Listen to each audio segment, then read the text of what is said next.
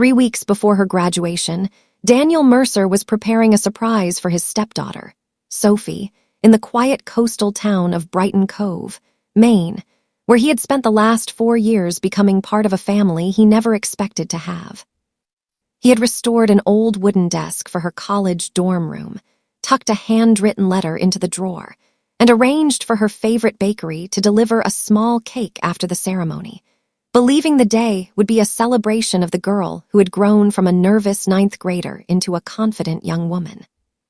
But everything changed on the morning of graduation when Daniel received a message from his wife, Claire, telling him not to come because Sophie's biological father, Grant, had suddenly decided he wanted to attend, and Claire believed the ceremony should belong to him.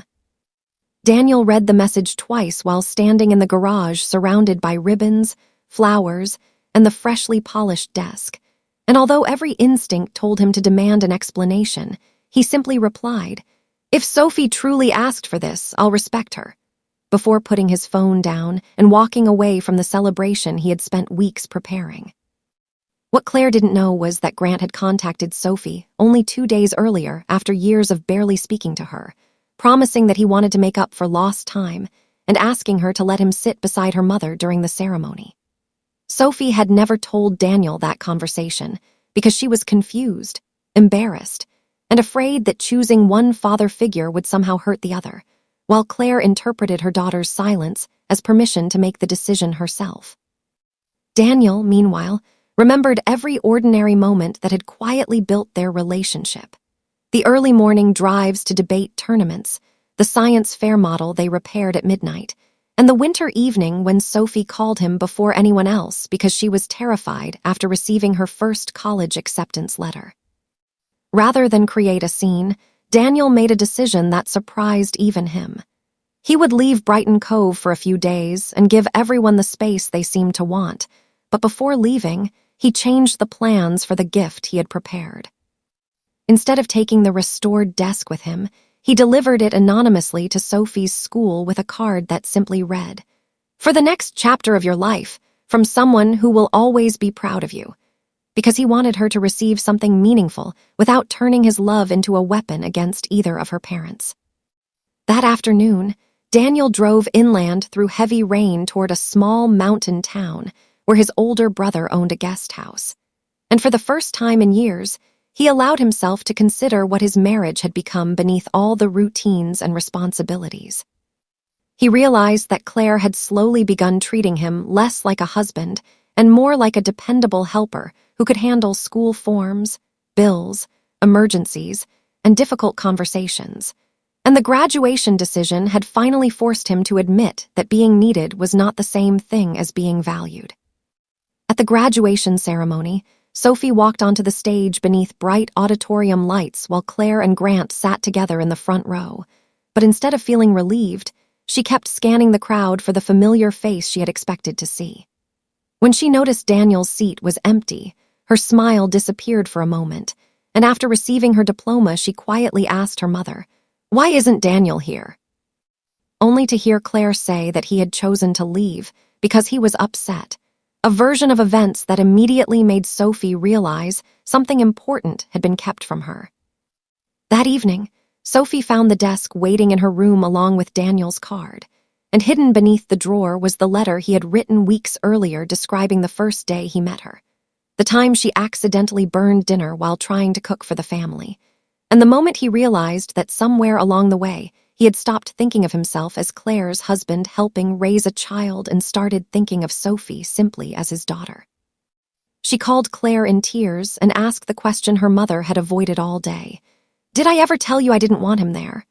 And when Claire finally admitted that Sophie had never said those words, Sophie replied, "Then you made me lose someone I needed on the day I needed him most."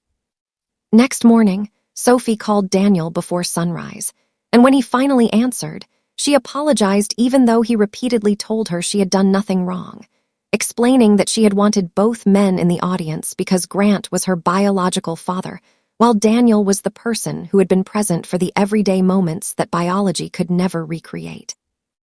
Daniel told her he was proud of her regardless of what happened between the adults, but when she asked whether he was coming home, He paused before saying, "I don't know if home can be the same place anymore, but I'll never stop being part of your life." And that answer left both of them crying quietly on opposite ends of the phone.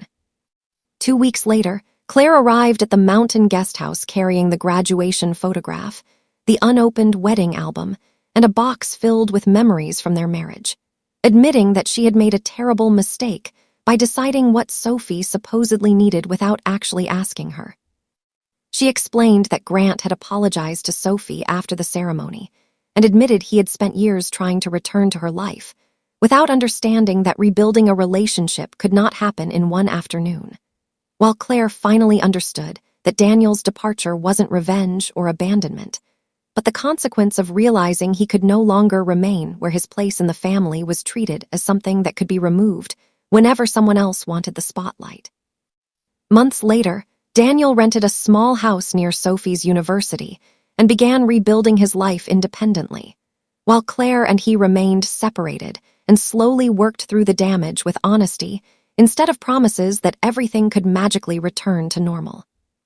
Sophie visited Daniel whenever she could. Grant gradually became a more consistent presence in her life, and the three adults eventually learned that Sophie never needed to choose between the people who loved her. She needed them to stop making choices on her behalf, because family isn't simply about who shares your blood, your last name, or a seat at a ceremony. It is about who shows up when nobody is watching, who stays when life becomes inconvenient, and who loves you without demanding that you prove where their place belongs. And if this story reminded you of someone who chose love over pride, please subscribe to our channel and share this video with your friends and family. We create entertaining and inspiring stories for our viewers, and your support helps us continue making great content for you.